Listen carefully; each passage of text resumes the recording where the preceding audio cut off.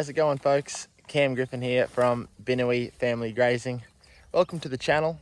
I thought I'd do a quick video this morning just on a bit of an update of the herd.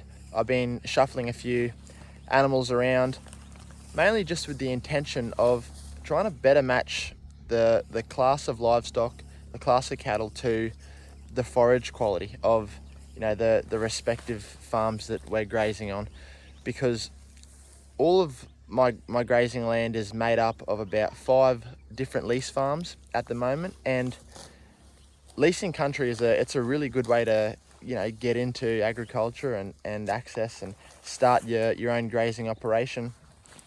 However, the quality of those, the quality of the soil fertility, the pasture quality can really highly vary depending on how that property was managed before you took it over. So some can be flogged out, some can have no animal integration, so they're pretty stagnant, and some are in really good condition. Some have been rotationally grazed, and there has been grazing management, not just continuous grazing. So that means that there's not really a one size fits all, because if you've got some blocks that are much better quality, sometimes you can't really afford to be grazing your breeders on there that might not return as much, and then vice versa. Land that is probably more suited to your breeders, which are your breeding cattle, are slightly more dietary forgiving for the majority of the year if you average it out. Obviously there are times in that gestation period, particularly towards the end, when the majority of that fetus is being developed, that they need really good need really good nutrition. However, that as I was saying, there are blocks where it's more suited to breeding country, where they're more forgiving, that you don't really want to be running your your cattle that you're trying to fatten, you're trying to get gains on, you're trying to background. So that's why I've been shuffling some animals around at the moment. So what I've done is I've brought all the steers, the dexters, all the animals that we're trying to background. So all of these Brahman infused steers that we're grazing for some clients that are here on agistment, they're all being backgrounded. They're going to get finished off likely at a feedlot up the road, or depending on where they want to take them. And then I've got my few dexters here that I'm trying to finish out on grass. So they're a smaller frame animal, and hopefully we can get some nice fat coverage out here on grass. And then Clint's got a couple little, he's got one belted Galloway and a little low line speckled steer there who's in really good condition as well. So yeah, that's what I've been doing. I'll flip this around and we can have a little bit more of a look at the pasture that we're on. So I've obviously bought these steers. I separated them with the intention of bringing them to our better quality blocks, where we can put them on some higher energy feed or higher energy grasses, and we'll have a look at what they're going into. I'll shift them now, and then we can have a little bit of a look at what it looks like where we've been grazing, and kind of see the impact that they've had. Just try and flip this around. So this block, we are at Matt and Kim's lease farm that you probably had seen. This is the block that I did the clipping video on. I came along and slashed it in mid-September, and I'm really happy with how it's come back. We didn't get as much of a flush as I thought we would, because our temperatures were about 2 to 3 degrees below average, so it was really cool for a long period there, and we didn't get too much rain. But nonetheless, happy with what's come back. The majority of these pasture species are obviously love grass.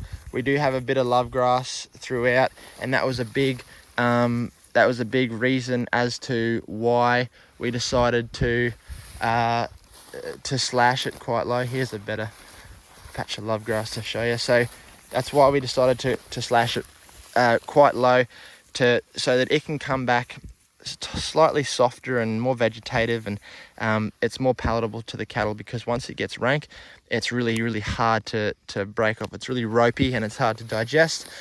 We've then got quite a lot of Rhodes grass throughout. It's probably one of our best quality pastures, and it's come back really nice and leafy, a really nice leaf to stem ratio.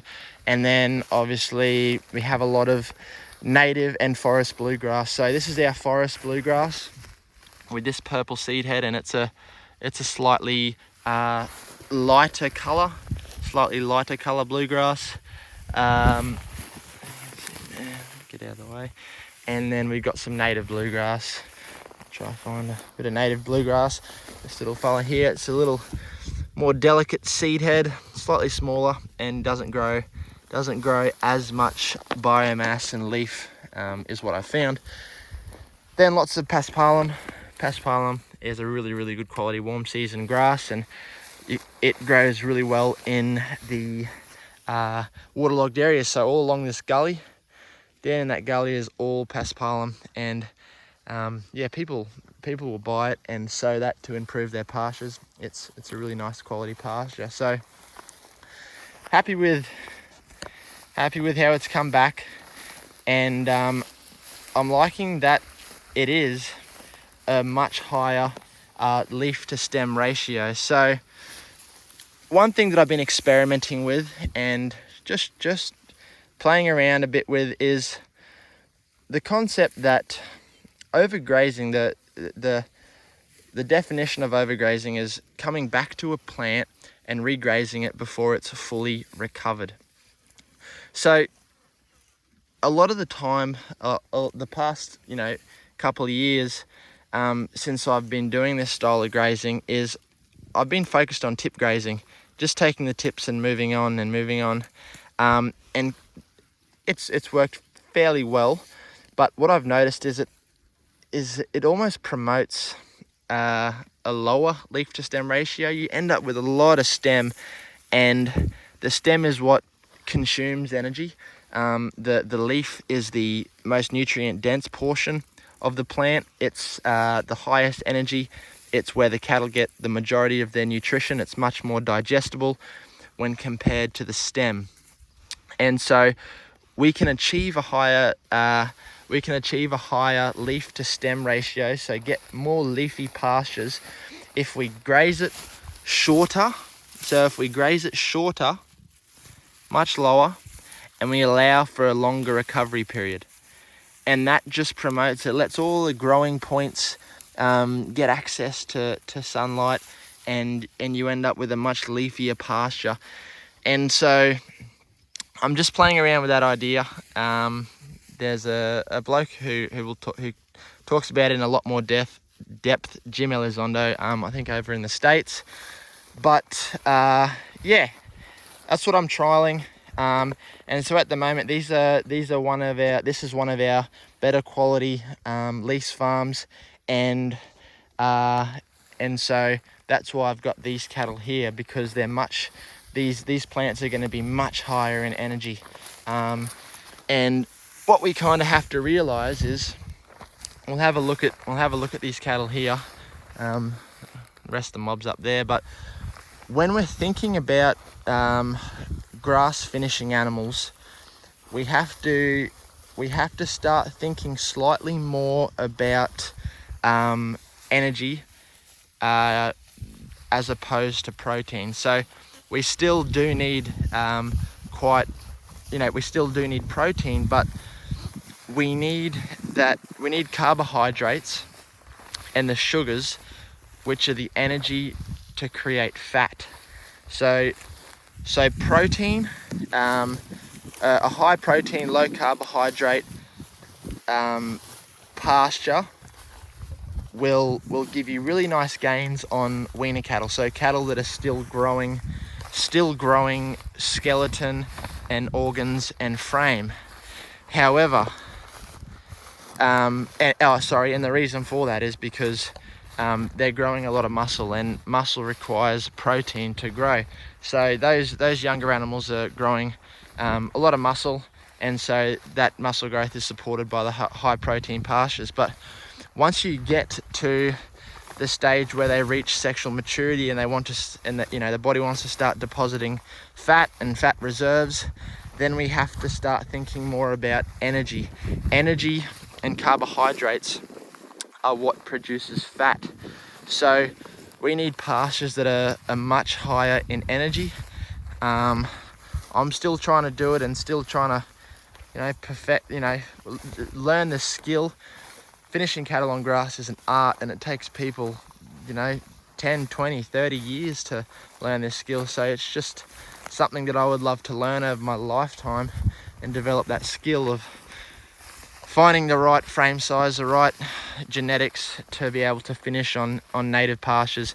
But back to what I was saying is that some people will plan a lot of high energy annual forages to get that nice fat coverage. So that's what I'm focusing on, is higher energy feeds. So I need a leafier pasture. That's one of the weaner bulls. We've got 3 weaner bulls in here.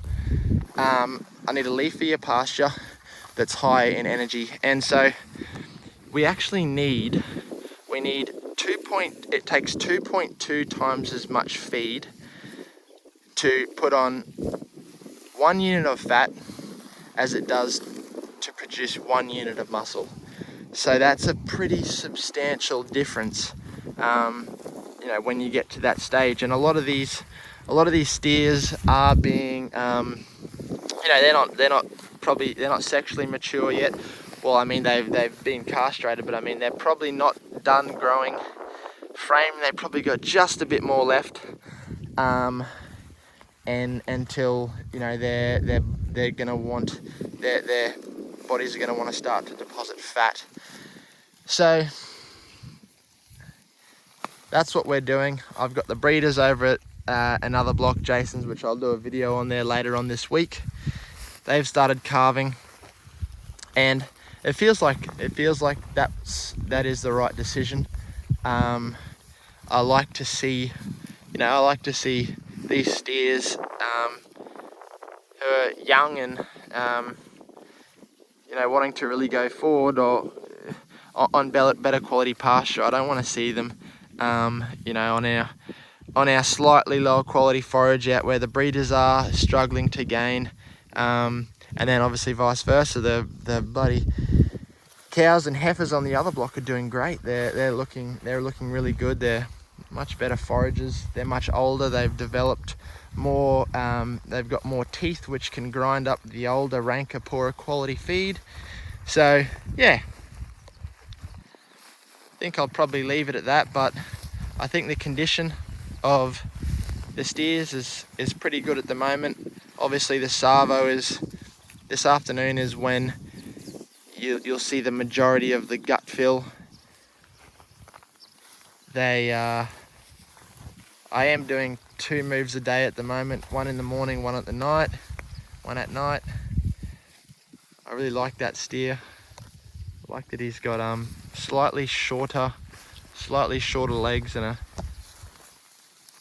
a bit bigger rumen, bit bigger stomach. But anyway, folks, I hope you have a great day. I'll see you around.